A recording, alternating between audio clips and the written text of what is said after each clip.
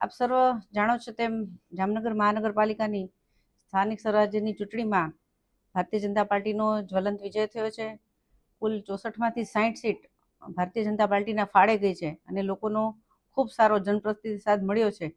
હવે ત્યારબાદની પ્રક્રિયામાં જામનગર મહાનગરપાલિકા ખાતે જે 5 મુખ્ય પદો હોય એના માટેની આજે અભિપ્રાય એટલે કે સેન્સની પ્રક્રિયા હાથ ધરવામાં આવી છે। એમાં આજરોજ જામનગર મહાનગર ખાતે ગૌતમભાઈ શાહ અને રાજુભાઈ પટેલ ઉમેદવારોને અને સંગઠનને આજે સાંભળવા માટે અહીં પધાર્યા છે। ખૂબ એવી પારદર્શક પ્રક્રિયા દ્વારા આ 5 પદ નક્કી થતા હોય છે।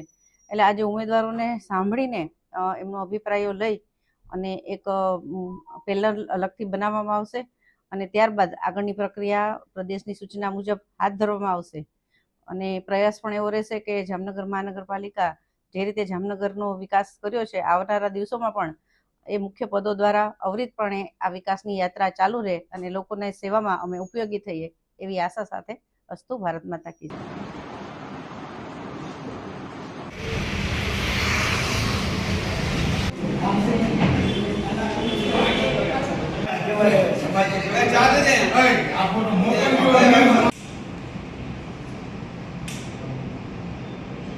આજરોજ જામનગર જિલ્લામાં પ્રદેશમાંથી નિરીક્ષક તરીકે નિલેશભાઈ શાહ, સુરેશભાઈ પટેલ અને અરુણાબેન ચૌધરી, જિલ્લા પંચાયત અને તાલુકા પંચાયતના પ્રમુખ, ઉપપ્રમુખ, કારોબારી, પક્ષના નેતાના દંડક તરીકે સેન્સની પ્રક્રિયામાં આવ્યા છે। સેન્સ લેવા પ્રદેશ તરફથી નિયુક્ત થયા છે ત્યારે શાંતિપૂર્ણ સેન્સની પ્રક્રિયા ચાલુ છે।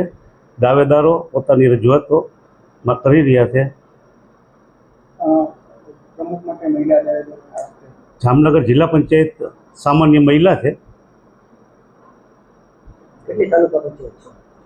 ટોટલ 6માંથી 5માં અમારી સંપૂર્ણ બહુમતી છે અને જિલ્લા પંચાયતમાં પણ સંપૂર્ણ બહુમતી છે।